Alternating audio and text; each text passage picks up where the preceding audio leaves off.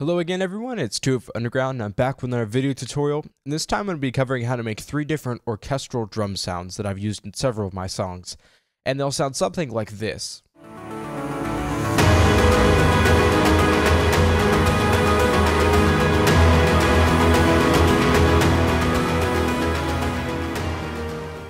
And sorry it's taken so long for me to make this tutorial. I've been quite busy with school, midterm papers, finals, and all that, but the closer it gets to summer, the more and more time I'll have to do stuff for this YouTube channel. And I'd also like to say thanks to everyone who's subscribed over the past few months. I've gotten over 73 subscribers in the past just month, I think, so it's been pretty awesome. So thanks to everyone who subscribed. So the first thing you'll need whenever you're creating some orchestral drums is some decent samples. You actually don't need really amazing samples to get a great sound, unlike with dubstep drums. Most of the sound will come actually from the way you process the sample and not the sample themselves. And I'll put the name of the sample pack I'm using in the description. If you're having a hard time finding orchestral drum sounds, search for taiko drums, which are Japanese drums. These types of drums are great for orchestral drum sounds. So the first sound we'll look at is the one from my newest track, The Dawn of a New Age. Link will be in the description. And it sounds something like this.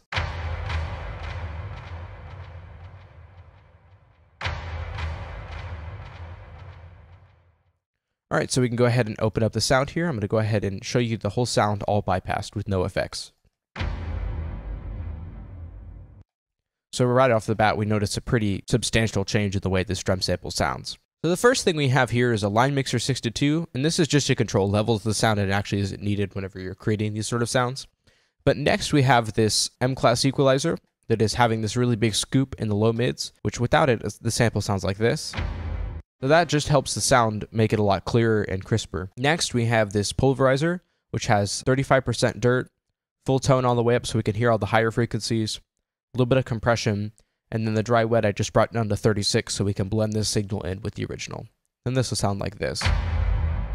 So this next part is actually the most important whenever I'm creating these sort of sounds. This is with the M-class maximizer here, but I'm not actually using it as a limiter or a maximizer. I'm using just the soft clip feature at an amount of 89 with input gain of 5.1 decibels. So I'm really slamming the levels on the soft clip, but it ends up actually sounding really good. So it sounds like this. And here's without it.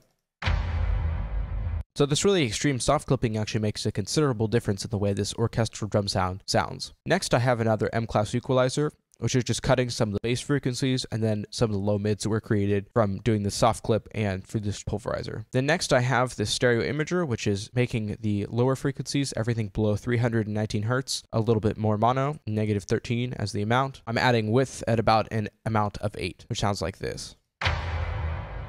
Next, I have a delay. Nothing too crazy here. Feedback at 55%, time at 1/4. And then this is the most important part of this delay. It's this right channel offset. So it's offsetting the right channel by a 64th note. So it gives a little bit of stereo width to the sound. This sounds like this.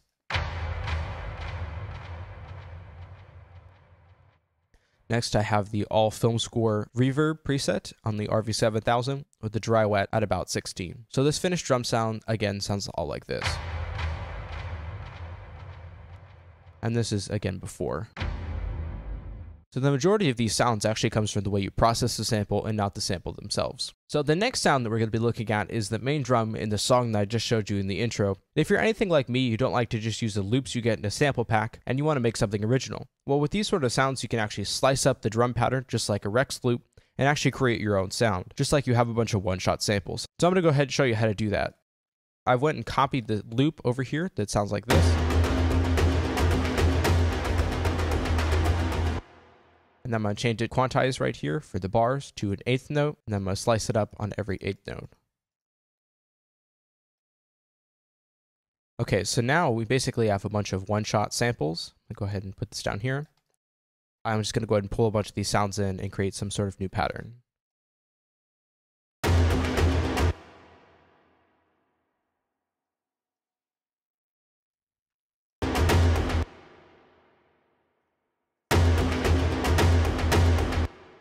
So if you do this, you can actually create your own drum patterns from any other regular sample that you could pull just from a sample pack. It would be like having a bunch of one-shot samples inside of a sampler. Alright, so now I'm going to go ahead and show you how I actually process that sound. If we bypass the signal right here, it sounds something like this with no processing. And then with all the processing, again, it sounds like this.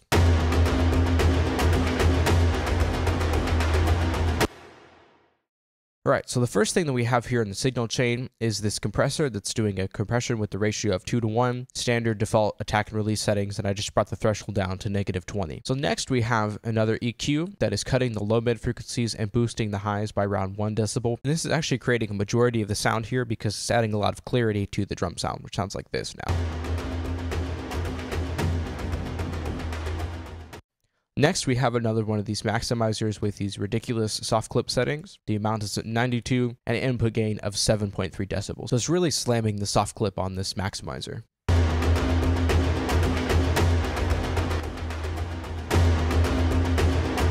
And then next I have just a normal limiter here with the 4 milliseconds look ahead just to keep it from clipping. And then next again, I added in this all warm plate setting with the dry wet at 12 just to add a little bit of reverb to the sound.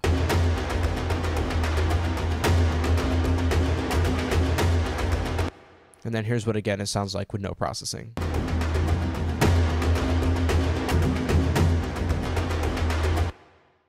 Alright, so the next sound that we're going to be looking at is this sort of stomping and clapping orchestral sound that's also in the song I showed you a minute ago. It sounds like this.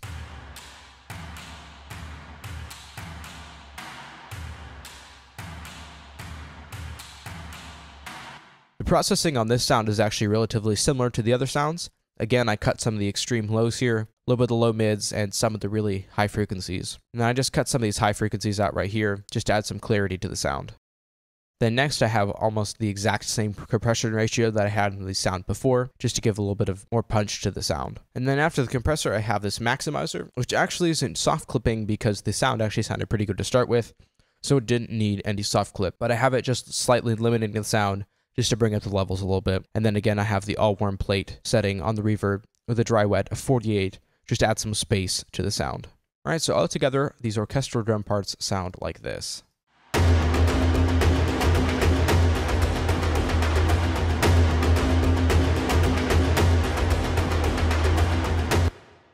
Alright, so that concludes my 3 tips on writing orchestral drum parts. If you have any questions, feel free to let me know in the comments section below. And as always, subscribe if you like the video so you can stay up to date with future videos. Thanks again, everyone, and Tour for Underground out.